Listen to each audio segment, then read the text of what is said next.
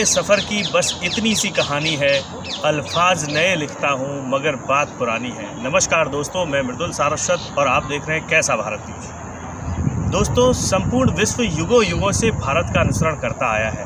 फिर चाहे भारतीय अध्यात्म की बात हो, भारतीय संस्कृति, सभ्यता, चिकित्सा या आयुर्वेदिक चिकित्सा पद्धति की बात हो, भारतीय वीरों के शौर्यता और वीरता का इतिहास हो या भारत के प्रेम और मोहब्बत का इतिहास हो। दोस्तों, आज वैलेंटाइन डे है, वो दिन जिसे बरसों से भारत ही नहीं पूरे विश्व में प्यार के इजहार और इकरार के दिन के रूप में मनाया जाता है। हालांकि इसका भारतीय संस्कृति, सभ्यता, इतिहास से दूर दूर कर कोई नाता नहीं है और ना ही भारतीय संस्कृति, सनातन धर्म इसको स्वीकार करता है। हाँ, लेकिन भारतीय प्रेम और मोहब्बत की बात हो तो भारतीय प्रेम की मर्यादा, शालीनता का पूरे विश्व में कोई दूसरा मिसाल ही नहीं है। हाँ, यदि प्रेम और मोहब्बत की बात करें तो भारतीय मर्यादित, शालीन और समर्पित प्रेम की दूसरी मिसाल शायद ही कहीं हो।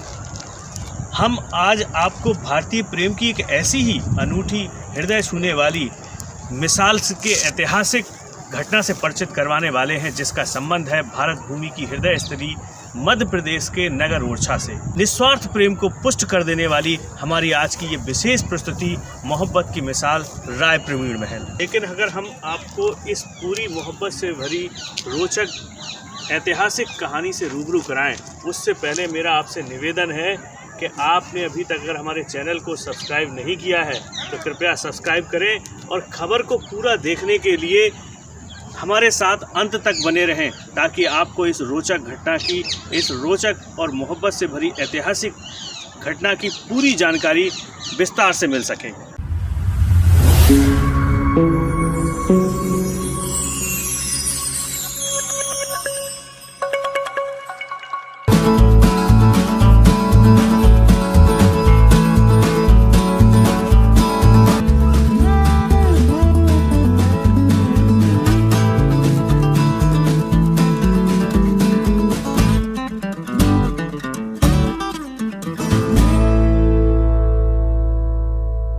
जैसा कि मैंने पहले ही कहा है, भारतीय प्रेम की दूसरी मिसाल धरती पर शायद ही कहीं मिले। यूँ तो भारतीय प्रेम की अगर सबसे बड़ी मिसाल कहें या उदाहरण कहें तो भगवान श्री राम हैं, जिन्होंने अपनी अर्धांगिनी माता सीता के लिए 100 योजन सागर पर चंद बाणों की सहायता से एक लंबा सेतु तैयार कर दिया था, जिसे राम सेतु के नाम से जाना जाता है।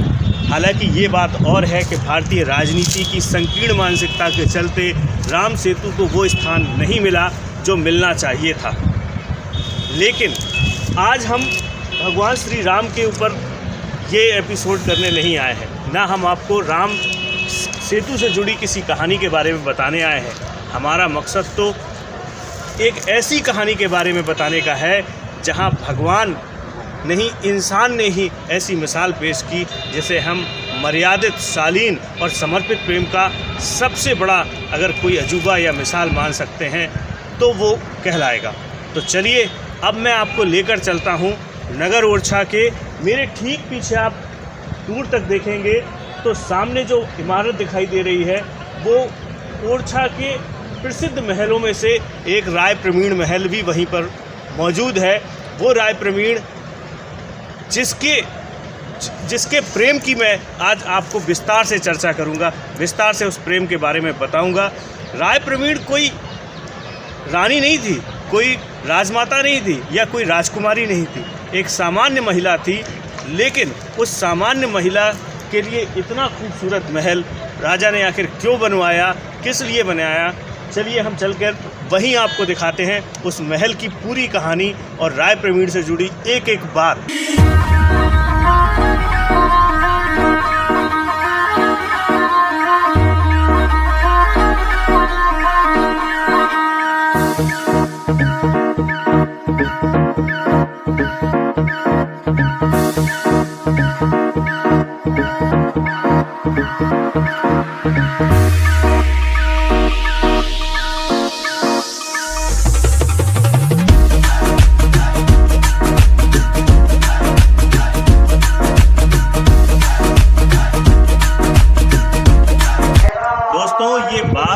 उस दौर की है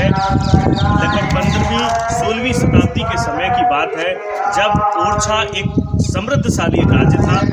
पूरे बुंदेलखंड में ओरछा की वीरता डंके पूरे भारत के कोने कोने तक बजा करते थे। उस समय यहाँ के जो राजा थे वो मधुकर शाह जूदेव थे और उनकी पत्नी का नाम था गणेश कुंवर। ये वही गणेश कुंवर थी जो राम राजा सरकार को अयोध्या से बाल रूप में यहाँ लेकर आई थी और यहाँ उनका मंदिर स्थापित किया था, जिसे आज हम राम राजा सरकार के मंदिर के रूप में जानते हैं। मधुकर शाह जूदेव और रानी गणेश कुंवर के 3 पुत्र थे। मधुकर शाह जूदेव के जो सबसे बड़े पुत्र थे राम सिंह, उनको ओरछा का रियासत का कार्यभार मिला, तो वहीं इंद्रजीत सिंह और उनके एक और भाई थे, उनको कहीं और की रियासत का राजपाट मिला।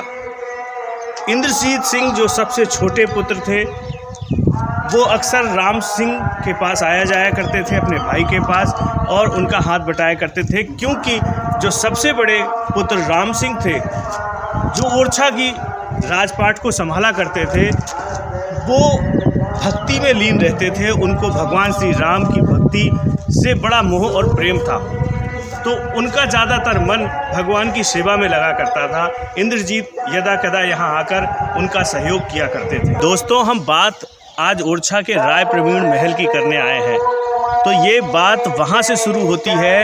एक बार की बात है, कुंवर इंद्रजीत सिंह ने अपने ओरछा के आसपास की रियासत और गांव का दौरा करने का निर्णय किया।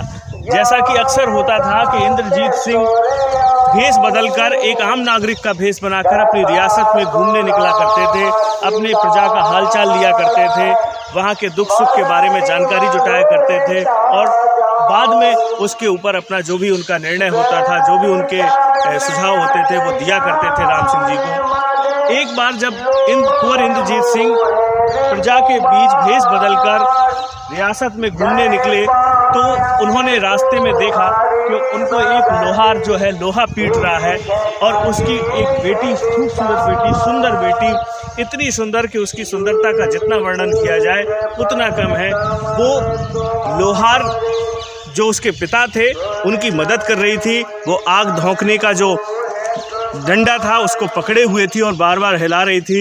ये खूबसूरत घटना राजा इंद्रजीत के आंखों में हमेशा हमेशा के लिए कैद हो गई। उस खूबसूरत लड़की के प्रति उनके अंदर वो भाव जगे जिसकी उन्होंने कभी कल्पना नहीं की थी। हालांकि इंद्रजीत सिंह पहले से ही विवाहित थे, उनकी अपनी पत्नी थी, उनका अच्छा परिवार था, लेकिन अचानक जीवन में उनके एक ऐसा बदलाव आया। उस खूबसूरत लड़की का चेहरा उनकी आंखों के सामने हर वक्त घूमने लगा। राजा इंद्रजीत सिंह के हृदय में प्यार, प्रेम और मोहब्बत की कोपलें फूटना शुरू हो गई थी। कहीं ना कहीं उनके अंदर वो प्यार उमड़ने लगा था उस युवती के लिए जिसकी उन्होंने कल्पना भी नहीं की थी, लेकिन उस प्यार को बयां कर पाने का उनके अंदर लफ्ज़ नहीं थे, किससे कहें ये समझ नहीं पा रहे थे। उनकी व्याकुलता दिन पर दिन बढ़ती जा रही थी। उन्होंने तय किया कि मैं अपने दिल की बात किसी और से नहीं, अपने मित्र केशव दास से कहूँगा। कुंवर इंद्रजीत ने वो पूरी घटना उन्हें विस्तार से बताई कि किस प्रकार वो भेष बदलकर अपनी रियासत में घूमने निकले थे। उस दौरान उनकी मुलाकात रियासत में एक लोहार के यहाँ हुई जो लोहा पीट रहा था और उसकी कन्या उसका लोहा पीटने में उसके कार्य में मदद कर रही थी।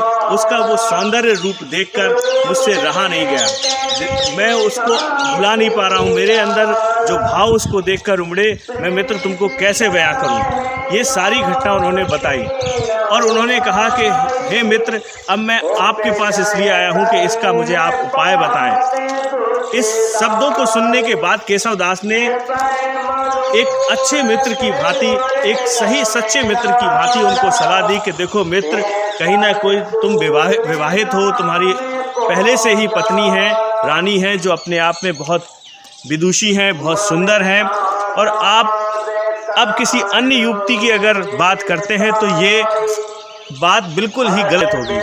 तो इसलिए ये बात आप भूल जाएं, उसी में भलाई है।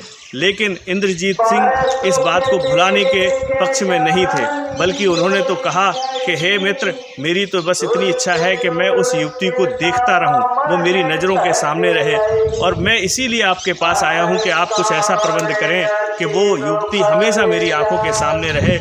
कुंवर इंद्रजीत सिंह और केशव दास जी की ये बातें जब केशव दास जी ने अपनी पत्नी को बताई तो उन्होंने पहले तो स्वीकार करने से मना कर दिया, क्योंकि उन्होंने कहा ये लोक हित की बात नहीं, ये सामाजिक हित की बात नहीं। लेकिन फिर केशव दास जी के वचन देने पर, उनके भरोसा दिलाने पर कि इंद्रजीत के मन में किसी भी प्रकार का कोई मैल नहीं है, उस युवती के प्रति कोई ऐसी भावना नहीं है जिसको गलत नज़रिए से देखा जाए, सिर्फ उनके मन में उस युवती के प्रति एक आकर्षण जगा है, और वो सिर्फ ये चाहते हैं कि वो उसको अपनी नज़रों के सामने रखें, सासम्मान रखें और उसको देखें दिन में एक बार। जब केशव दास जी ने भरोसा दिलाया तो उनकी पत्नी ने कहा कि ठीक है, अगर आप ऐसा कहते हैं तो मैं आपके साथ हूँ और हम मिलकर इसका समस्या का हल निकालेंगे। केशव दास जी और उनकी पत्नी ने तय किया कि हम उस युवती से बात करेंगे, और दोनों उस युवती के घर गए। उनके पिता के सामने वो प्रस्ताव रखा। लोहार ने तय किया कि मैं अपनी रजामंदी से पहले अपनी पुत्री से पूछूंगा, और उन्होंने अपनी पुत्री को पुनिया कह के बुलाया, पुकारा, और पुनिया हाजिर हुई। पुनिया उसको प्यार से कहा जाता था। पुनिया के आने पर उन्होंने अपनी बात पुनिया के सामने रखी। पुनिया इस बात के लिए पहले तो नानुकुर करा, लेकिन बाद में पूरी बात सुनने के बाद तय किया कि हाँ, हम चलने के लिए तैयार हैं।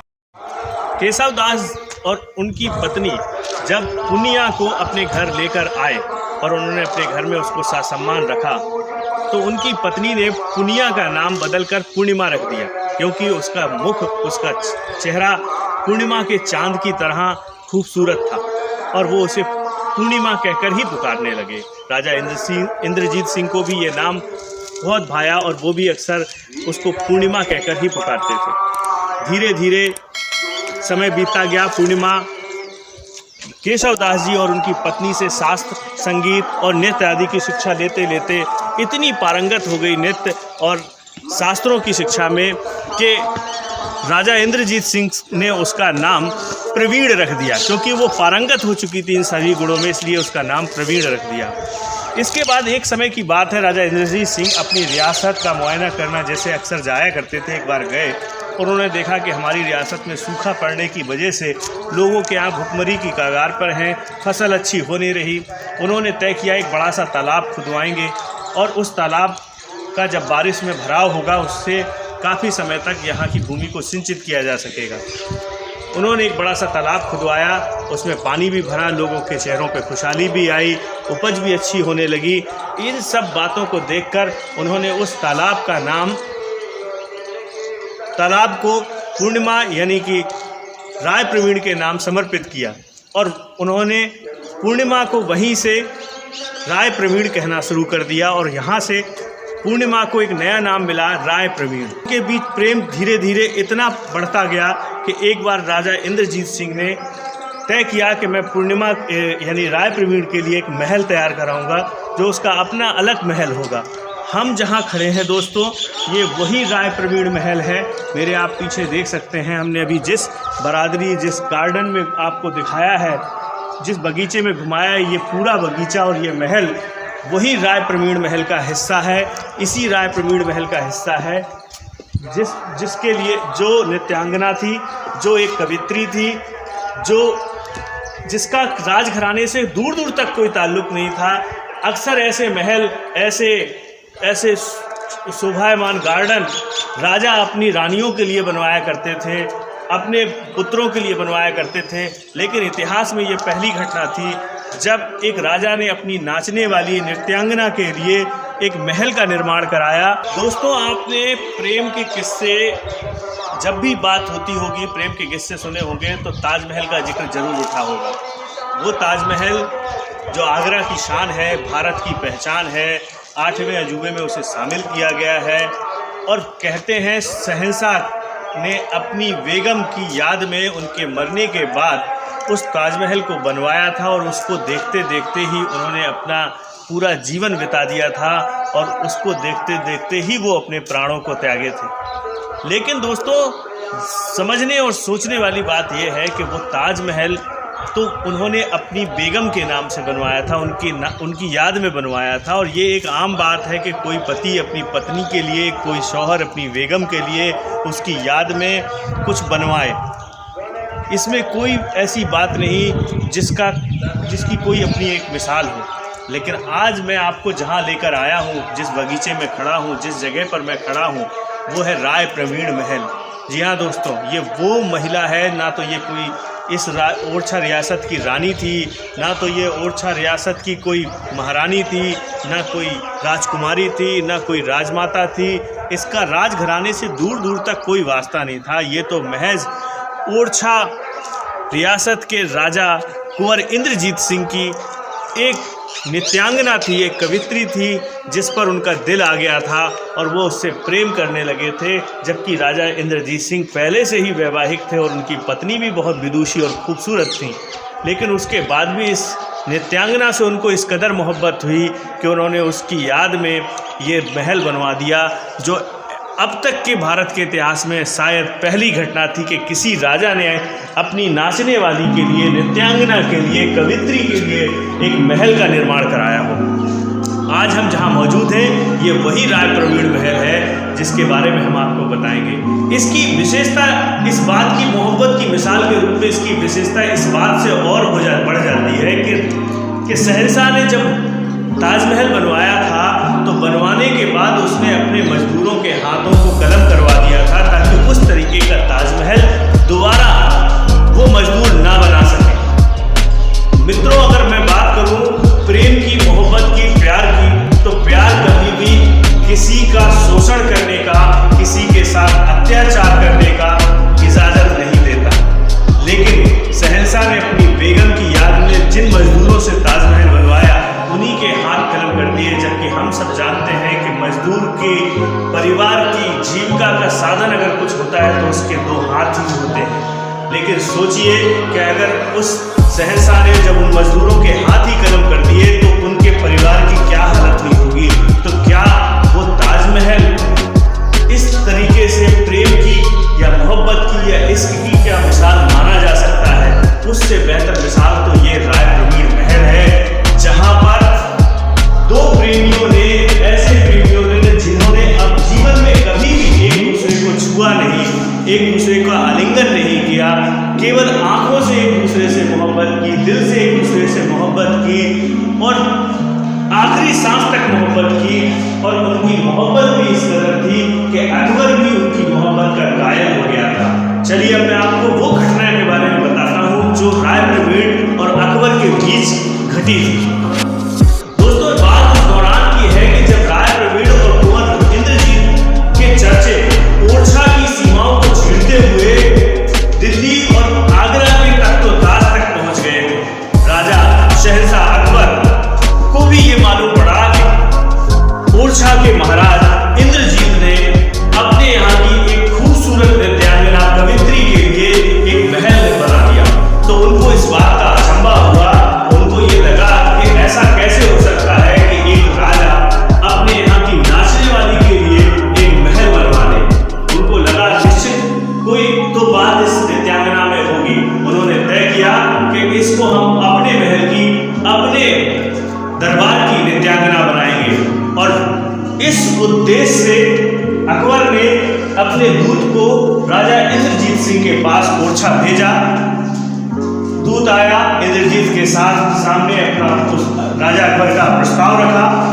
हालांकि इंद्रजीत भी वीर घराने से थे, शौर्य ऐसे घराने से थे जहां वीरता के किस्से दूर दूर तक बयां होते थे। और कहीं ना कहीं राजा मधुकर साजूदेव की उदारता का ही कारण था कि राजा अकबर जैसे लोग बादशाह कहलाते थे, उनकी बात को नजरअंदाज कैसे किया जा सकता था। राजा अकबर की बात को स्वीकार करते हुए इंद्रजीत ने राय प्रवीण को आगरा भेजने का निर्णय किया।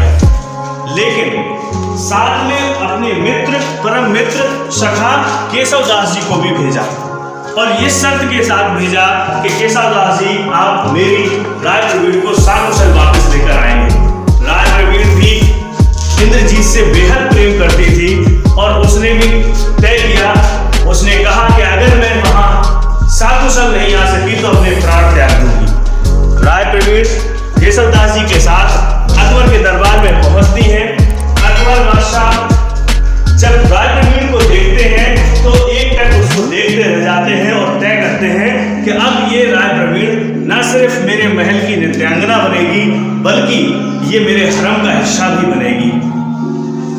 जब ये बात राय प्रवीण के सामने रखी तो राय प्रवीण से रहा नहीं गया। उसने अपनी बड़ी कुशलता पूर्वक, क्योंकि वो एक विदुषी थी, वो एक कवित्री थी, वो उसको शास्त्रों का, कविताओं का बड़ा अच्छा ज्ञान था। उसने तय किया कि मैं अपनी बात एक बात तो जरूर राजा अकबर के सामने रखूंगी। उसने बड़े अच्छे शब्दों में अपने एक दोहे के साथ अपनी बात बादशाह अकबर के सामने रखी। वो बात कुछ इस प्रकार थी, विनती राय प्रवीण की सुनिए शाह सुजान, झूठी पातर भगत है बारी बायस स्वान। जिसका अर्थ ये था कि हे बादशाह अकबर, आप तो इतने बड़े बादशाह हैं, इतने बड़े राजा हैं, क्या आपको ये बात शोभा देगी कि किसी की झूठी पत्थर या किसी की छोड़ी हुई महिला आप अपने हरम का हिस्सा बनाएं? ये तो झूठी पातर चाटने का काम तो कहीं ना कहीं नीच जात का, जानवरों का या कुत्ते का काम होता है, जो आपको शोभा नहीं देगा। राजा अकबर को, बादशाह अकबर को ये बात कहीं ना कहीं चुभ गई। उन्हें राय प्रवीण का अपनी बात कहने का तरीका लाजवाब लगा और उन्होंने तय कर दिया कि वो राय प्रवीण को शाकुशल वापस भेजेंगे। और उन्होंने अपने मंत्री बीरबल को आदेश दिया कि केशवदास जी और राय प्रवीण को कुशलतापूर्वक इनके राज्य ओरछा वापस भेजा जाए। वहां से राय प्रवीण हालांकि केशवदास जी के साथ कुशलतापूर्वक ओरछा आने के लिए निकली, लेकिन चूंकि राय प्रवीण एक बहुत ही सुंदर होने के साथ साथ बुद्धिमान और एक समर्पित महिला थी अपने राजा के लिए, अपने इंद्रजीत के लिए, उसको ये बात चुभ गई कि राजा अकबर ने उनको जिस निगाहों से देखा, वो कहीं ना कहीं उन निगाहों से देख लेने के बाद अब वो अपने राजा के सामने कैसे जाएगी। उसने तय किया और वो रास्ते में ही कहीं बिना बताए चुपचाप एक बार अपने कैंप से अपने काफिले के साथ से दूर चली गई। कहाँ चली गई किसी को नहीं पता। कोई कहता है उसने आत्महत्या कर ली, पर इस बात का अभी तक कोई पुख्ता सबूत नहीं है। दोस्तों, इस बात की जानकारी जब इंद्रजीत को मिली तो उनसे भी रहा नहीं गया और उन्होंने भी राय प्रवीण की याद में स्वयं को फना कर दिया।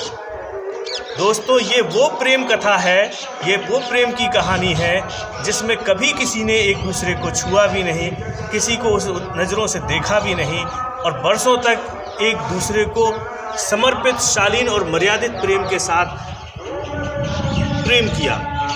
और ये राय प्रवीण महल उस प्रेम की सबसे बड़ी निशानी है, उस प्रेम का सबसे बड़ा प्रतीक है, सबसे बड़ा सरताज है अगर कोई, तो वो राय प्रवीण महल है जिसमें आज हम आपको लेके आए हैं।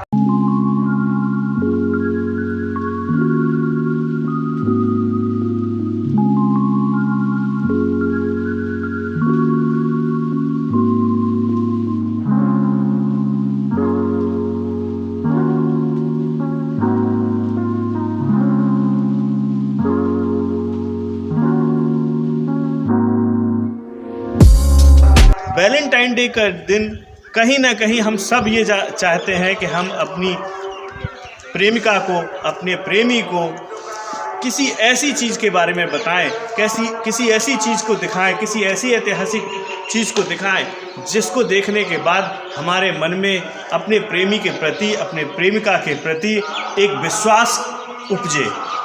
तो कहीं ना कहीं ताजमहल अपनी जगह इस दुनिया का 8वां अजूबा हो सकता है, लेकिन राय प्रवीण महल भी अपने आप में प्रेम का सरताज है।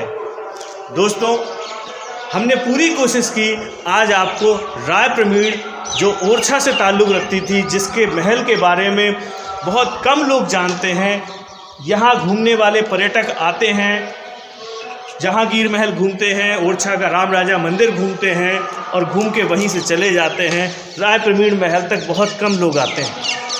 और उससे भी बड़ी बात, इस घटना को लोग बहुत कम जानते हैं कि ये राय प्रवीण महल एक हमारे देश की ऐसी ऐतिहासिक घटना है, एक ऐसा प्रेम का सरताज है जिसका महत्व कहीं ना कहीं ताज से ज़्यादा है।